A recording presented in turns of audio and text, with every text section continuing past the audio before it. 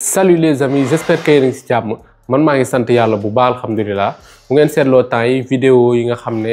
yi may def yëpp da ngeen di sentir ni c'est un peu low parce que dama xawoon feebar tuuti mais macha allah instant yi maa ngi sant yàlla bu baax comme ni ma koy waxee chaque jour. Donc di leen wax ni bu fekkee rejoindre goo leen canal WhatsApp yeeg yooyu mën ngeen ko rejoindre si description bi naa fa bàyyi lépp. Donc tey nag dañuy wax ci opportunité trading parce que ñu bëri dañuy yaakaar ne trading boo ko déggee rek c'est chaque jour technique dafa bëri ay technique da ngay def ay analyse c'est vrai loolu yëpp dëgg la waaye imaginel man ma doon trader di leen wax par exemple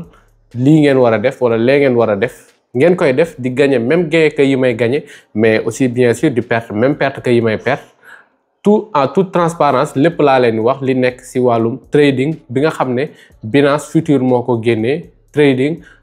benn partie ci futur bi smart money. Donc c'est très intéressant parce que léegi di nga mën a gis traders yi seen statistiques yi seen gain yi ñuy def seen trade sax yi ñuy def en temps réel maanaam comme par exemple live la ñuy def di trade foofu maanaam seen trade yi ñuy def donc ñoom ñooy def seen trade bien sûr léegi di nga leen mën a copier au lieu que léegi nga doon copier ay robot ay nit dëggantaan ay trader original ngay copier. Donc loolu c'est hyper intéressant parce que dina la permettre nga mën a xam léegi bu fekkee imaginer amoon nga benn trader boo xam ne bëggoon nga ko suivre alors que mosoo xam nan nga koy suivre donc c'est hyper cool. Donc copy trading ak bot yeeg yooyu donc nootul nekk loolu parce que loolu c'était automatisé ak ay bot alors que lii ak ay nit réel ngay suivre donc c'est hyper intéressant ba pare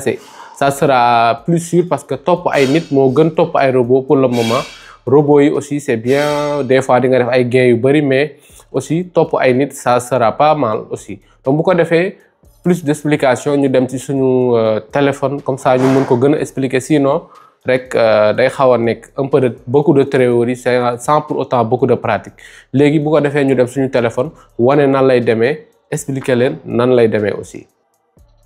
Ok voilà donc directement bu ñu ñëwee ci suñu Binance. dama am habitude su ma duggee sama Binance rek actif laay ñëw donc la plupart nit ñi dañuy gis léegi Binance bi nii la mel mais lii du dara donc c'est juste que interface bi la ñuy jéem a gën a rafetal gën ko yombal pour ñëpp waaye lii du lu compliqué. Donc lan la ñuy ñëw xool directement dañuy ñëw ci exchange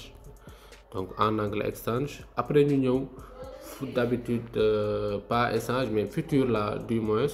Bu ñu ñëwee futur donc comme ni ñuy défiler ci kaw nii ci kaw bu ngeen défiler dem gis ngeen fi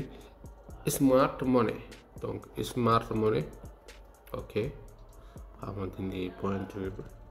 gis ngeen donc fii mooy mes souscription mooy amagoo benn souscription bu ngeen ñëwee automatiquement fii la leen indi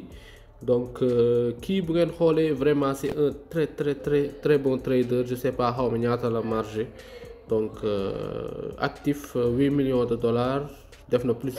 2 millions de dollars ci derniers 30 jours yi donc c'est des vrais traders qui sont vraiment hyper puissants donc c'est hyper puissant même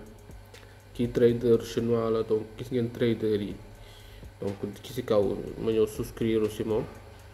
déjà gis ngeen mën ngeen abonné ci ay nit te ñoom bu ñu partager par exemple seen trader en direct donc di nga mën a am ay profit bu fekkee da nga leen suivre donc gis ngeen ni ñoom aussi dañuy perdre parce que instant bi moom trader en direct am gis ngeen marge ñaata $250,000 moins $12,000 du lu mag parce que kuy gagner ay millions de dollars lii du dara ci yow. ci Bitcoin USD te mu ngi am plus $22,000 gis ngeen comme samay trade nu muy mel rek nii lay mel donc gis ngeen kiiwam Twitter am mu ngi nii xam naa pour ñuy bëgg a suivre koog yooyu donc lépp a ngi nii donc c'est hyper pratique gis ngeen ba pare am nga sa profil yow tamit donc fii mooy samay gain ak samay perte donc bu ma xoolee mooy $469 li xam naa retrait yi ma def la wala peut-être futur je sais pas donc je sais pas futur bi la xaw ma ci samay trade futur. Donc voilà léegi nag bu ñu ñëwee mes souscription di nga gis ñi ngay suivre fii la ñuy nekk voilà gis nga ñi souscrire ay plus de multimilliers de personnes c'est hyper cool. Donc voilà ba pare fii dañ leen di distribuer fii am nañ benn pôle boo xam ne $90,000 la ñuy distribuer donc c'est hyper cool donc ngeen suivre daal trader yi ba pare suivre topp seeni trade te loolu moom vraiment c'est très bien parce que gis nga désabonné boo bëggee suivre seen trade historique des options et cetera gis nga maanaam position yi ñuy jël ak perte yeeg yëpp dañ koy gis nga par exemple mun nga ñëw trader même jël même kii yu mu jël soo jógee ci Smart Money bëgg a def lépp lu mu def mun nga ko def donc c'est vraiment quelque chose d'intéressant je pense que dinañ ci def yeneen vidéo boo xam dañuy copier ay traders comme ça on va essayer ça si ça vous intéresse wax leen trading directement ci commentaire yi merci les amis on se retrouve à la prochaine ciao